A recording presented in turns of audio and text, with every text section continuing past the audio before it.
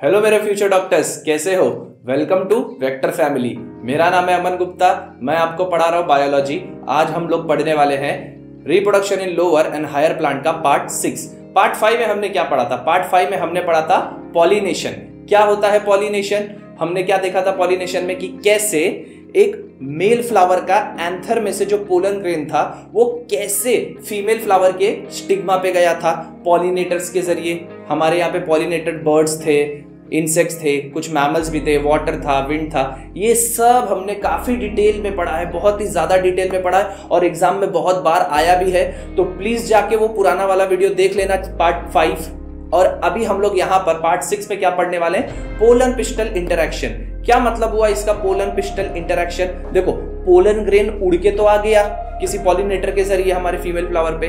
अब स्टिग्मा पे आने के बाद वो क्या करेगा ये भी तो देखना है। तो इसे ही कहते हैं पोलन पिस्टल इंटरैक्शन। इनका इंटरैक्शन क्या होने वाला है। इसके बाद हम लोग देखने वाले हैं डबल फर्टिलाइजेशन क्या होता है।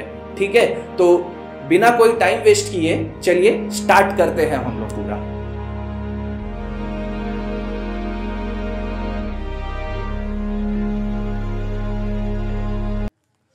तो बच्चों स्टार्ट करते हैं पोलन पिस्टल इंटरैक्शन। पहले पोलन नाम को जरा तोड़ते हैं। पोलन, पोलन मतलब यहां पे हमारा पोलन ग्रेन से हो गया। पिस्टल, पिस्टल मैंने लास्ट टाइम बताया था पिस्टल का क्या मतलब होता है, हमारा गायनोशियम या कार्पल, है ना। और इंटरैक्शन मतलब पोलन और पिस्टल आपस में कैसे इंटरैक्ट करते हैं। जब पोलन ग्रेन पिस्टल के साथ जब मिल जाता है तो इनके आपस में क्या इंटरैक्शन होते हैं, यही हम लोग इसमें पढ़ने वाले हैं। तो चलो फिर हम लोग शुरू करते हैं पोलन पिस्टल इंटरैक्शन में होता क्या है। तो उससे पहले जान लेते हैं पहले पोलन ग्रेन्स क्या थे। तो देखो याद करो, ये इस तरीके का हमारा पोलन ग्रेन था। हमने पढ़ा था पोलन ग्रेन कैसे बने थे। पोलन ग्रेन के अंदर ऐसा 2 सेल ऑलरेडी था, है कि नहीं। इसे वेजिटेटिव सेल्स बोला गया था, इसे जर्म सेल्स बोला गया था। याद आ रहा है?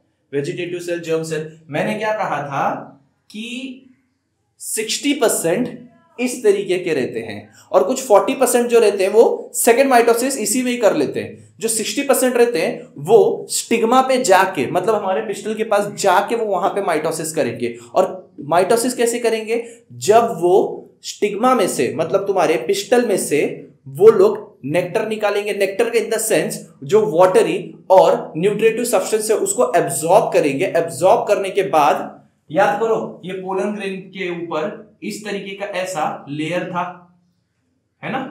इस लेयर को हम लोग क्या बोले थे? एक्साइन की लेयर थी ये, एक्साइन, है ना, अंदर वाली इंटाइन। फिर हमने क्या देखा था, जैसे ही इसके अंदर वो न्यूट्रिटिव मीडियम एब्जॉर्ब करता है, वाटर एब्जॉर्ब करता है, ये इस तरीके से ऐसे पोलन ट्यूब निकल आती है। हमने ये पढ़ा था। ये 60% की इसमें ऐसे ही हो रहा था। तो चलो अभी थोड़ा डिटेल में पढ़ते हैं कि कैसे क्या क्या हो रहा था। तो पहले चलो मैं अपना पिस्टल पहले बना लेता हूं। पिस्टल तो देखो कैसे था। पहले ऐसा स्टिग्मा बनाने का, स्टिग्मा को ऐसे स्टाइल वाली गर्दन बनाने का।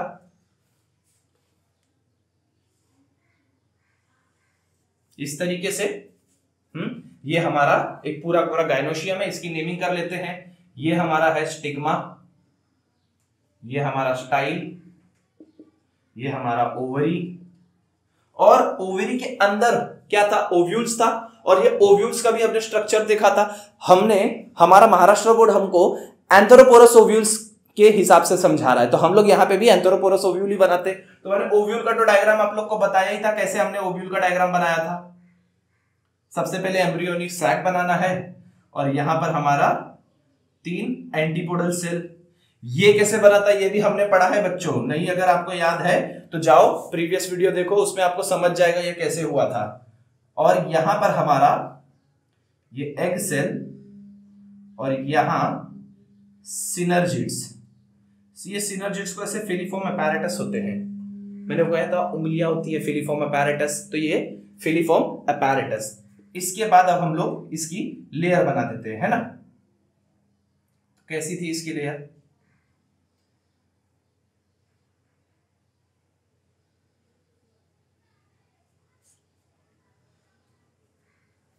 याद आ रहा है? कुछ ऐसा बनाया था कि नहीं हमने?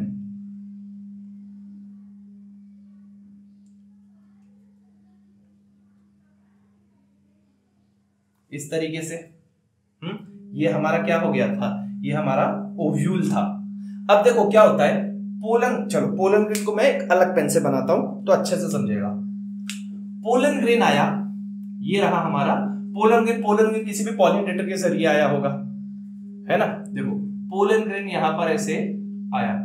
जरूरी नहीं है कि पॉलिनेटर्स ने जो पोलन ग्रेन लाया है, जरूरी नहीं है कि पॉलिनेटर्स ने जो पोलन ग्रेन लाया है वो इसी फ्लावर का हो, अलग फ्लावर का भी हो सकता है वो पोलन ग्रेन, है कि नहीं? क्योंकि पॉलिनेटर्स तो बहुत सारे फ्लावर्स पे जा रहे थे नेक्टर के लिए। जो मधुमक्खियां थी वो एक फ्लावर से तो सिर्फ रस लेती नहीं है, बहुत सारे फ्लावर से रस लेती है। और जो रस तो ले लिया उसने, तो रस के बदला क्या क्या फूलों ने उसके ऊपर अपना पोलन ग्रेन डाल दिया। एक फ्लावर एक पोलन ग्रेन डाला है, लेकिन ऐसे वो तो 100 फ्लावर्स के पास गई है, तो उसके 100 अलग अलग तरीके के भी पोलन ग्रेन होंगे। वो इस फ्लावर पे आई है, इस फ्लावर पे दूसरे पोलन ग्रेन भी आएंगे, दूसरे पोलन ग्रेन भी उसके पास आए रहेंगे, है ना? इस तरीके से दूसरे पोलन ग्रेन भी आए होंगे। तो इसको कैसे पता चलेगा, ओवरी को कैसे पता चलेगा कि भाई ये जो पोलन ग्रेन आया है ये मेरा ही है ना? देखो याद, एग्जांपल से याद करते, हमारी दुल्हन यहां बैठी है, एग सेल, ठीक है? हमारी दुल्हन यहां बैठी है, मतलब हमारी एग सेल यहां बैठी है, जो हमारी दुल्हन है, ठीक है? उसे दूल्हे राजा के साथ शादी करनी है। देखो हम क्या बोलते हैं, एक पर्टिकुलर लड़की जो रहेगी उसके लिए एक ही लड़का उसके घर वाले डिसाइड करते जो उसके लिए सबसे बेस्ट हो, मतलब कंपैटिबल हो। अब कंपैटिबल मतलब कैसा? यहां पे सेम स्पीशीज का होना चाहिए, मतलब अगर ये मैंगो का फ्लावर है तो जो पोलन ग्रेन चाहिए वो भी मैंगो का ही चाहिए, चिक्कू का चलेगा नहीं, सेम बिरादरी होनी चाहिए, मतलब समझ रहा है? तो अब यहां पे क्या होने वाला है, हमारे जो स्टिग्मा है, ठीक है, ऐसा समझो कि जो स्टिग्मा है वो पोलन ग्रेन के साथ अभी सवाल जवाब करेगी। जब लड़का लड़की को देखने जाता है तो लड़की के घर वाले लड़के को पूछते हैं ना, सवाल करते हैं ना, हाँ कितना पढ़े लिखे हो, कितना कमा लेते हो, वगैरह वगैरह। फिर लड़का भी अपनी तरफ से पूछता है लड़की वाले को, आपकी लड़की को खाना बनाने आता है क्या, हाँ घर का काम कर लेगी कि नहीं, वगैरह वगैरह। इसी तरीके का पोलन ग्रेन हमारा सबसे पहले स्टिग्मा जो है वो पोलन ग्रेन के साथ ऐसे इंटरैक्शन करेगा। Interaction in the sense chemical dialogues. मैंने क्या बोला, डायलॉग मार रहे थे ना, आपका बेटा कमाता है कि नहीं, हाँ अभी तो पूछते हैं आपका बेटा खाना बनाना जानता है कि नहीं। लड़कियों को भी आजकल ऐसा ही चाहिए कि लड़के को भी खाना बनाना आना चाहिए, नहीं तो फिर रिजेक्ट। चलो, तो पोलन ग्रेन के साथ अभी सवाल जवाब, पोलन ग्रेन भी बदले में सवाल जवाब करेगा। मतलब क्या हुआ, केमिकल डायलॉग्स हुए, है ना? केमिकल डायलॉग हुए, पोलन ग्रेन ने भी कुछ सवाल पूछे, स्टिग्मा ने भी कुछ सवाल पूछे, वो ऐसा सबको पूछ रहा है, मतलब सबके साथ केमिकल डायलॉग कर रहा है। जिसके साथ कंपैटिबल हो रहा, कंपैटिबल किसके साथ होगा, जो उसी की स्पीशीज का होगा उसी के साथ कंपैटिबल होगा, तो वो उसको एक्सेप्ट करेगा। एक्सेप्ट करेगा मतलब वो उसको अलाउ करेगा कि वो अपना उसमें से वाटर और न्यूट्रिएंट्स एब्जॉर्ब करे और खुद का पोलन ट्यूब बनाए, बाकियों को वो करने नहीं देगा। तो देखो, और ये कैसे करेगा, थ्रू केमिकल, कुछ सर्टन प्रोटीन्स के जरिए, केमिकल इन द सेंस कुछ सर्टन प्रोटीन के जरिए। देखो क्या होने वाला है, फिर ये हमारा ब्लू वाला समझो मेन पोलन ग्रेन है जो इसी की स्पीशीज का है, तो केमिकल इंटरेक्शन हो रहा है। यहां पर हमारा ये इसका वेजिटेटिव सेल और ये यहां पे इसका जर्मिनेटिव सेल, ठीक है? अब इंटरेक्शन हुआ, इसी को इंटरेक्शन बोलते हैं, पोलन पिस्टल इंटरेक्शन, मतलब केमिकल डायलॉग्स एक्सचेंज हो रहे हैं, ठीक है? अब केमिकल डायलॉग्स एक्सचेंज हुए, इसको पता चल गया कि हाँ भाई यही मेरा दूल्हा बनने के लायक है, यही कंपैटिबल है, बाकी सब इनकंपैटिबल है, बाकी सबको मैं एक्सेप्ट नहीं करूंगी, इसको ही मैं एक्सेप्ट करूंगी। तो इसको बोलती है ठीक है भाई मैंने तेरे को अलाउ किया, तू मेरा नेक्टर ले ले। अब नेक्टर इन द सेंस मतलब उसका वाटर और उसका न्यूट्रिएंट्स ले ले। अब जैसे ही उसका वाटर उसका न्यूट्रिएंट्स लेगा, ये क्या करेगा, ये जर्मिनेट करेगा, सेकेंड माइटोटिक डिवीजन करेगा। मतलब अब जर्मिनेट करेगा मतलब देखो, इंटाइन की इस तरीके से लेयर थी, है ना, इंटाइन की इस तरीके से लेयर थी, इसमें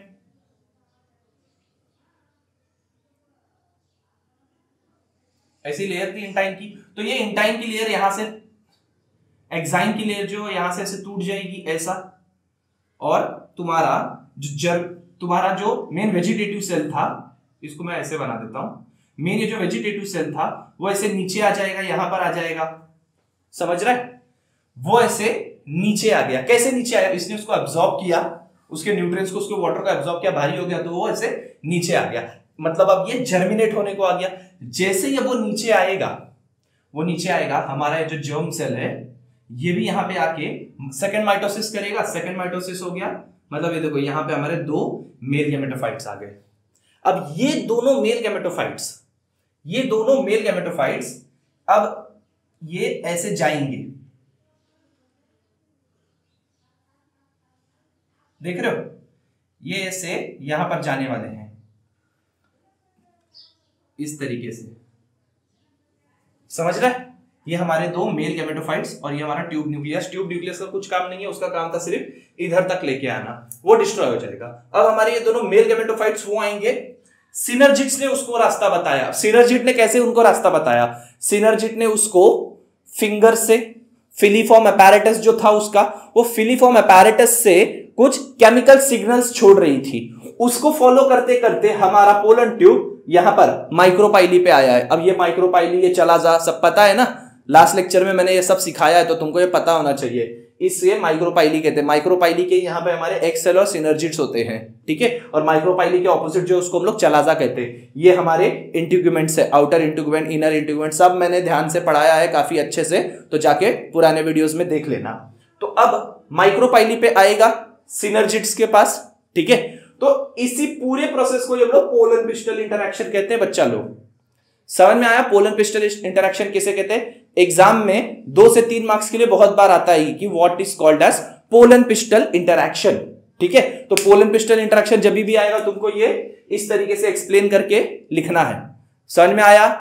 तो फ्रेंड्स ये जो हमारा दिख रहा है, ये मतलब कैसे पोलन ग्रेन्स जर्मिनेट हुआ, जर्मिनेट होने के बाद कैसे उसके जो जर्म सेल्स थे, जो जर्म न्यूक्लियस थे, वो कैसे पोलन ट्यूब के जरिए हमारे एग अपैरेटस के पास आए। इस पूरी प्रोसेस को एक पर्टिकुलर टर्म कहा जाता है जिसे कहते हैं सिफेनोगैमी। इस पूरे पर्टिकुलर टर्म को क्या कहते हैं? सिफेनोगैमी। सिफेनोगैमी बहुत बार 1 मार्क्स के क्वेश्चन में आया है कि व्हाट इज सिफेनोगैमी या राइट अबाउट सिफेनोगैमी। तो आपको पता होना चाहिए कि सिफेनोगैमी का क्या मतलब हुआ कि पोलन ट्यूब बना, मतलब पोलन रिंग से पोलन ट्यूब बना, और कैसे ये जो 2 नॉन मोटाइल मेल गैमेट्स थे ये कैसे एग अपैरेटस के पास आए। इसी प्रोसेस को हम लोग क्या कहते हैं? सिफेनोगैमी। अच्छा, अब आपको ये समझ गया पोलन पिस्टल इंटरैक्शन किसे कहते हैं। पोलन पिस्टल इंटरैक्शन में मतलब क्या हुआ कि कैसे पोलन ग्रेन इंटरैक्ट हुआ स्टिग्मा से। स्टिग्मा से इंटरैक्ट मतलब पहले उसने, स्टिग्मा ने क्या चेक किया कि क्या ये उसके से कंपैटिबल है। कैसे चेक किया कंपैटिबल है? केमिकल डायलॉग्स इंटरैक्ट करके। पोलन ने कुछ केमिकल सिग्नल्स भेजे, स्टिग्मा ने कुछ केमिकल सिग्नल भेजे, ठीक है। दोनों का जब कंपैटिबल हुआ तब पोलन को स्टिग्मा ने अलाउ किया कि वो उसका वाटर और न्यूट्रिएंट एब्सॉर्ब कर सके, जिससे उसका पोलन ट्यूब डेवलप हुआ। जैसे उसका पोलन ट्यूब डेवलप हुआ, हमारा पोलन ग्रेन जर्मिनेट हुआ इन द सेंस जो जर्म सेल्स थे वो सेकंड माइटोसिस उसने किया, जिस वजह से 2 मेल गैमेट्स बने। ये 2 मेल गैमेट्स पोलन ट्यूब के जरिए हमारे एग अपैरेटस के पास आने वाले हैं। इसी पूरी प्रोसेस को सिफेनोगैमी कहते हैं, ठीक है बच्चा लोग। तो ये हो गया पोलन पिस्टल इंटरैक्शन। तो अब आगे पढ़ने वाले हैं हम लोग आर्टिफिशियल हाइब्रिडाइजेशन क्या होता है। आर्टिफिशियल हाइब्रिडाइजेशन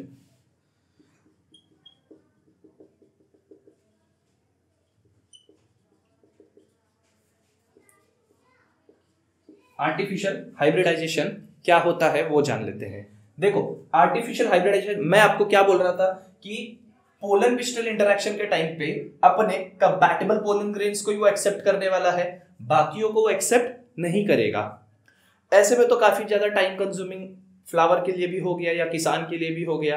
वो इंतजार कर रहा है यार, इंसेक्ट आएंगे, मतलब मधुमक्खी आएगी, उसको पॉलिनेट करेगी। चांसेस भी हो सकता है कम है क्योंकि बहुत सारे पोलन ग्रेन्स आएंगे, उसमें उसका होगा कि नहीं होगा। तो ऐसे टाइम पे जो किसान वगैरह होते हैं ये आर्टिफिशियल हाइब्रिडाइजेशन का सहारा लेते हैं। आर्टिफिशियल हाइब्रिडाइजेशन में क्या होता है? हैंड पॉलिनेशन जैसी टेक्निक। अब हैंड पॉलिनेशन जैसी टेक्निक का मतलब ये मत समझो कि ये फूल उठाया, ये फूल हटाया, ऐसे ऐसे ऐसे किया, नहीं, वो पिक्चर में होता है। यहां पर अलग होगा। यहां पर क्या होता है, हम लोग एक पहले तो सपोज एक बायोसेक्सुअल फ्लावर है, तो चलो फ्लावर का डायग्राम सबको तो याद ही होगा कैसे हम लोग फ्लावर का डायग्राम बनाते हैं। यहां हमारा फीमेल पार्ट और ये हमारा मेल पार्ट, ठीक है, इस तरीके से।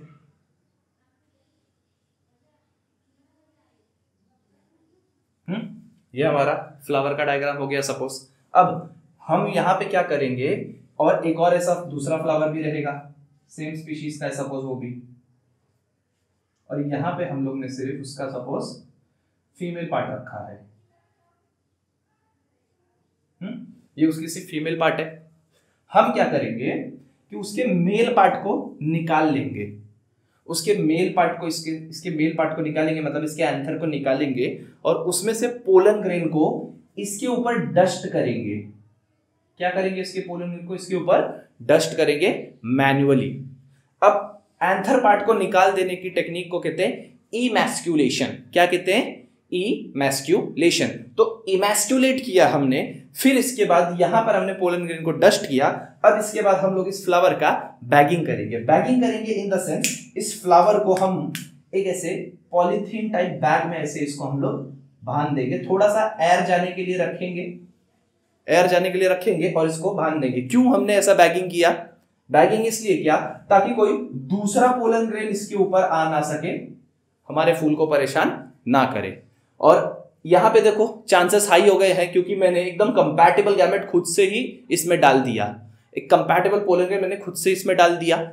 अब ये उसको क्या करेगा, ये सारी प्रोसेस सारी जल्दी जल्दी हो जाएगी इसमें।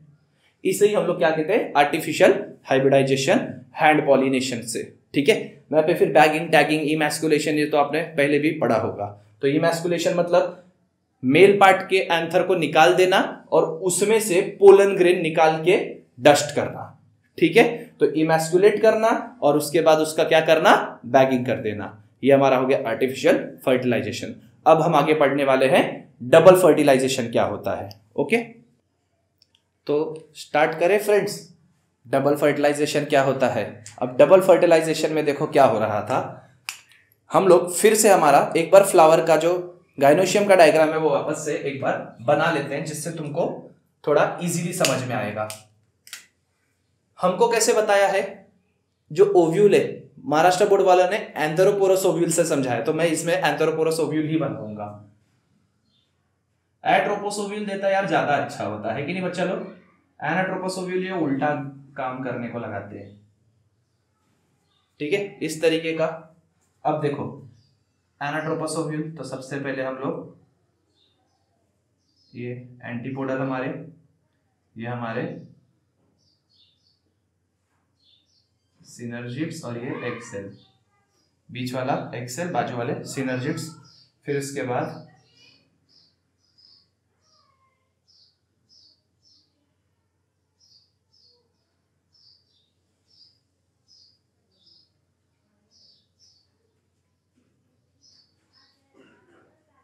इस तरीके से। अब हो क्या रहा था डबल फर्टिलाइजेशन में, देखो पोलन पिस्टल इंटरेक्शन हमने क्या देखा था कि ऐसे हमारा पोलन ग्रेन आया था, फिर ये पोलन ग्रेन में से पोलन ट्यूब निकले, मतलब वो जर्मिनेट हुआ, हमने अभी देखा था वो जर्मिनेट हुआ। अब जर्मिनेट होने के बाद ये उसके दो मेल गैमेट्स ऐसे निकले। जर्मिनेट होने के बाद सिनर्जिड्स जो थे, ये सिनर्जिड्स को फॉलो करते करते आया है ऐसे, क्योंकि सिनर्जिड्स कुछ केमिकल सब्सटेंसेस रिलीज कर रही थी, जिसको ये फॉलो करते करते ऐसे आया सिनर्जिड्स के पास अपने मेल गैमेट्स को लेके ऐसे आया, मतलब ये रप्चर करते हुए आया है, समझ रहा है, रप्चर करते हुए। अच्छा, इस प्रोसेस को भी नाम दिया गया है। अगर डायरेक्ट रप्चर करते करते सीधा माइक्रोपाइलर एंड पे आया तो इसे हम लोग प्रोगैमी कहेंगे। क्या कहेंगे, प्रोगैमी। डायरेक्ट माइक्रोपाइलर एंड पे आया। अगर रप्चर करते करते चलाजल एंड से आया, ऐसे चलाजल एंड से डायरेक्ट रप्चर करते हुए आया है, तो इसे हम लोग चलाजोगैमी कहेंगे। रप्चर करते करते अगर चलाजल एंड से आया तो इसे चलाजोगैमी कहेंगे। और अगर रप्चर वो इंटेग्यूमेंट से रप्चर करते हुए आया, मतलब ऐसे सपोज इंटेग्यूमेंट से रप्चर करते करते और तुम्हारे सिनर्जिड्स के पास आया, तो इसे हम लोग मीसोगैमी कहेंगे। समझ में आया? एग्जाम में 1 मार्क्स के लिए पूछता है what is porogamy, what is chalazogamy या व्हाट इज मीसोगैमी, तो आपको पता होना चाहिए। इफ पोलन ट्यूब रप्चर्स और penetrates through micropylar and then it is called porogamy. If pollen tube penetrates the ovule through chalaza, it is called chalazogamy. And if pollen tube ruptured the ovule through integument, then it is called mesogamy. इस तरीके से आपको लिखना है, तो 3 तरीके के question इससे बन सकते हैं, 1-1 मार्क्स के लिए ये आ सकता है।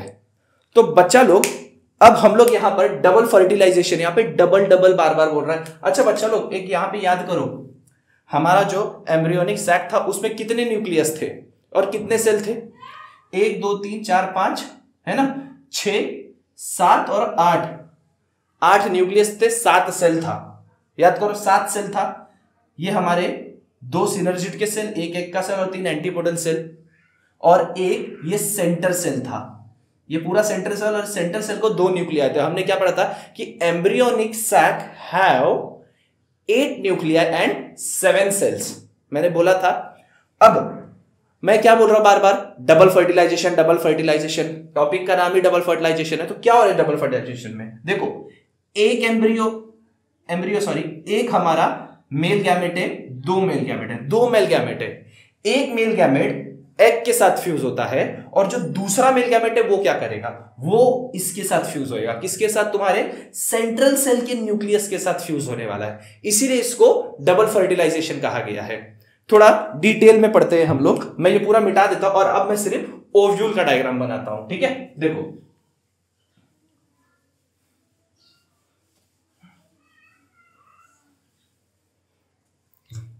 चलो मैं ओव्यूल का भी पूरा इतना क्यों डायग्राम बनाऊं, मैं सिर्फ और सिर्फ एम्ब्रियोनिक सैक का डायग्राम बनाता हूं, लेकिन थोड़ा बड़ा बनाता हूं इस तरीके से। यहां पर हमारा एंटीपोडल सेल्स थे, हमने पढ़ा था ये एंटीपोडल सेल किसी काम के नहीं है ना, शादी का वो फूफा जो किसी काम का नहीं होता। और यहां पर हमारे ये हमारी एग सेल, हमारी दुल्हन, उसके बाजू में इसकी बहनें, उसके बाजू में ये रही इसकी बहनें सिनर्जिड्स, और ये सिनर्जिड्स की उंगलियां जिसको हम लोग फिलीफॉर्म एपैरेटस कह रहे थे, और बीच में हमारा सेंट्रल सेल के न्यूक्लियस, याद आ रहा है? बीच में हमारा सेंट्रल सेल का न्यूक्लियस, ये पूरा सेंट्रल सेल है, ये पूरा मतलब सेंट्रल सेल है, ये उसका न्यूक्लियस है। पोलन ट्यूब आया, पोलन ट्यूब इस तरीके से, ऐसे पोलन ट्यूब आ रहा था, ठीक है? पोलन ट्यूब को बुलाया अपनी तरफ किसने? पोलन ट्यूब को बुलाया अपनी तरफ सिनर्जिड्स ने। कैसे? मैंने बोला था ये दुल्हन की बहन है, मतलब सालिया हुई हमारे दूल्हे की, तो इसने अपने जीजाजी को ऐसे बुलाया, जीजाजी इधर आओ, उंगलियों से केमिकल सिग्नल्स वो जनरेट कर रही थी, केमिकल्स जनरेट कर रही थी, जिसको फॉलो करते करते उसके जीजाजी आए हैं, ठीक है? जीजाजी आए तो आए, साथ में ये एक जीजाजी आए हैं, ये दूसरे जीजाजी, साथ में दूसरे जीजाजी भी लेके आए हैं, मतलब उसका भाई लेके आया है, समझो जुड़वा भाई। तो 2 लड़के आए हैं यहां पर, क्योंकि पोलन ग्रेन था, पोलन ग्रेन जर्म सेल में सेकेंड माइटोसिस हुआ था, तो 2 मेल गैमेट्स बने थे। अब देखो क्या हुआ, जैसे ही हमारा पोलन ट्यूब सिनर्जिड्स के पास आया, उसकी साली के पास आया, सिनर्जिड्स के अंदर का सारा वाटर और सारा का सारा न्यूट्रिएंट्स एब्जॉर्ब कर लेगा पोलन ट्यूब। देखो, पोलन ट्यूब उसका पूरा का पूरा उसको ऐसे पेनिट्रेट करेगा, और उसके अंदर जो भी मतलब न्यूट्रिएंट्स था, जो कुछ भी था, सब खुद के अंदर एब्जॉर्ब कर लिया, ऐसा खुद के अंदर एब्जॉर्ब कर लिया, और मर्डर कर दिया साली का, रप्चर कर दिया उसको। कितनी गलत बात हो गई, बेचारी इतने प्यार से बोला जीजाजी आओ आओ, हाँ दीदी इधर है, जीजाजी आए, पहले तो साली की इज्जत लूट लिया मतलब उसका पूरा वाटर, उसका न्यूट्रिएंट सारा का सारा चूस लिया, उसका पूरा वाटर, उसका पूरा न्यूट्रिएंट चूस लिया, और उसको रप्चर कर दिया, मार दिया, खुद भी रप्चर हो गया, पोलन ट्यूब खुद भी रप्चर हो गया, और रप्चर होने से क्या हो गया पता है, इसके ये जो मेल गैमेट्स थे ना, ये मेल गैमेट्स यहां पर आ गए, मेल गैमेट्स यहां पर आया और ये इसके साथ फ्यूज हो गया, एग के साथ फ्यूज हो गया। अब जब एग के साथ फ्यूज हो जाएगा तो क्या बन जाएगा, जाइगोट बन जाएगा। अब ये तो इसके साथ चला गया, इसका जो भाई भी आया था इसके साथ, वो कहने लगा भाई ये तो गलत है यार, तू तो अपनी दुल्हन तो ढूंढ लिया, मैं क्या करूं, मैं क्या सिंगल मरूं। वो बोला देख भाई, मेरे को मेरी दुल्हन मिल गई, उसके लिए मैंने मेरी एक साली का मर्डर भी किया है, ठीक है, दूसरी साली तो वैसे भी मरेगी अभी। तो उसने बोला भाई लेकिन मैं क्या करूं, मैं थोड़ी कुआरा मरूंगा। बोला ठीक है, मैं एक बीबी ले तू 2 बीबी ले जा। उसने बोला कैसे, बोला सेंट्रल सेल के पास जा, उसके पास 2 न्यूक्लियस है, जा उसके पास जा। ये भाई साहब सेंट्रल सेल के पास चले गए, 3 न्यूक्लियस, 2 बीबी हो गई इसको, 2 लोगों के, इसको एक ही बीबी मिली, इसकी 2 बीबी मिली। वो अलग बात है कि ये जाइगोट बनेगा, ये आगे चल के नया प्लांट बनेगा और ये इसका फायदा उठाएगा। कैसे उठाएगा मैं बताता हूं। अब जैसे ही ये 3 न्यूक्लियस वाले बन गए, 3 न्यूक्लियस वाले बन गए, अब हमारा ये पूरा, सपोज ये पूरा तो सेंट्रल सेल है, ये पूरा का पूरा ऐसा है ना, ये पूरा हमारा सेंट्रल सेल है। तो अब ये जैसे ही सेंट्रल सेल में ये वाला इधर आ गया, ये वाला इधर आ गया है, सेकंड मेल गैमेट, तो 3 न्यूक्लियस वाले बन गए ये, है ना, ये 3 न्यूक्लियस वाला बन गया। तो इसे हम कहेंगे PEN, पेन, PEN मतलब primary endosperm nucleus, primary endosperm nucleus. अब ये एंडोस्पर्म क्या करेगा उसका भी बताता हूं। जैसे ये एंडोस्पर्म इधर पे आया, अच्छा देखो ध्यान से देखो, इसी को यही हो गया डबल फर्टिलाइजेशन, मतलब एक मेल गैमेट इसके साथ फर्टिलाइज हुआ तो ये एक फर्टिलाइजेशन।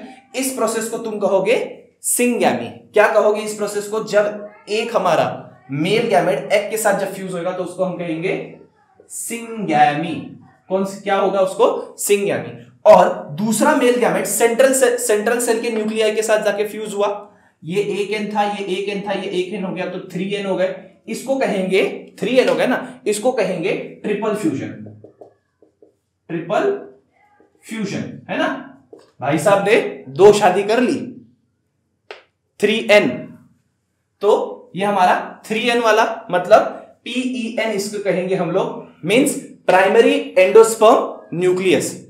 क्या इसका क्या काम है, अब इसका काम है जब ये जाइगोट बनेगा ना, देखो अब होने क्या वाला मैं आपको बताता हूं। ये तो बेचारी रप्चर होके मर गई, ये रप्चर होके मर गई, ठीक है, ये बेचारी भी मर जाएगी, ये भी मर गई, और ये भाई साहब तो दुल्हन थी, इसके साथ शादी कर लिया, है ना, तो एक न्यूक्लियस पूरा बन गया, हैप्लॉइड बन गए ये तो 2n, ये पूरा बन गया जाइगोट, है ना, ये पूरा बन गया हमारा जाइगोट, मतलब ये आगे चल के सीड बनने वाला है, यही सीड बनेगा। ये क्या है, अब ये एंडोस्पर्म है, एंडोस्पर्म मतलब ये 3n का था, तो देखो ये भी ऐसे बड़ा न्यूक्लियस बन गया, लेकिन ये न्यूक्लियस 3n वाला है। कितने n वाला है, 3n वाला है। ये क्या करने वाला है पता है, अब ये करेगा फ्री माइटोसिस। अब बोलोगे सर फ्री माइटोसिस का क्या मतलब हुआ, बच्चा लोग फ्री माइटोसिस का मतलब हुआ कि इसमें सिर्फ इसके न्यूक्लियस ऐसे डिवाइड होते रहेंगे, ऐसे ऐसे इसके न्यूक्लियस डिवाइड होते रहेंगे। यहां पर उसके न्यूक्लियस देखो कैरियोकाइनेसिस हो रहा है, साइटोकाइनेसिस नहीं हो रहा है, सिर्फ न्यूक्लियस ऐसे डिवाइड होते जा रहे हैं। अब क्यों न्यूक्लियस, ये क्या बोला, देख भाई मैं तो अभी छोटा सा हूं, एनर्जी लेने के लिए मेरे पास तो कुछ है ही नहीं, मैं जब ग्रीन कलर का बनूंगा तब मैं फोटोसिंथेसिस से एनर्जी लूंगा, तब तक मैं क्या करूं। तो इसने बोला भाई तूने मेरी शादी कराई, वो भी एक नहीं 2 लड़की से शादी कराई, तेरे को एनर्जी मैं प्रोवाइड करूंगा, उसने ऐसा बोला। तो इसने क्या किया, बहुत सारे बच्चे पैदा किए, मतलब माइटोसिस किया। अब माइटोसिस किया, बोला भाई एनर्जी चलेगी, बोला भाई कैसे क्या दूंगा तेरी एनर्जी, अभी भी नहीं ले पाऊंगा। बोला ठीक है भाई रुक, ऐसे सेल्स बनाता हूं मैं, रुको, ऐसे उसने उसके सेल्स बनाए, ऐसे ऐसे सारे सेल्स बन गए,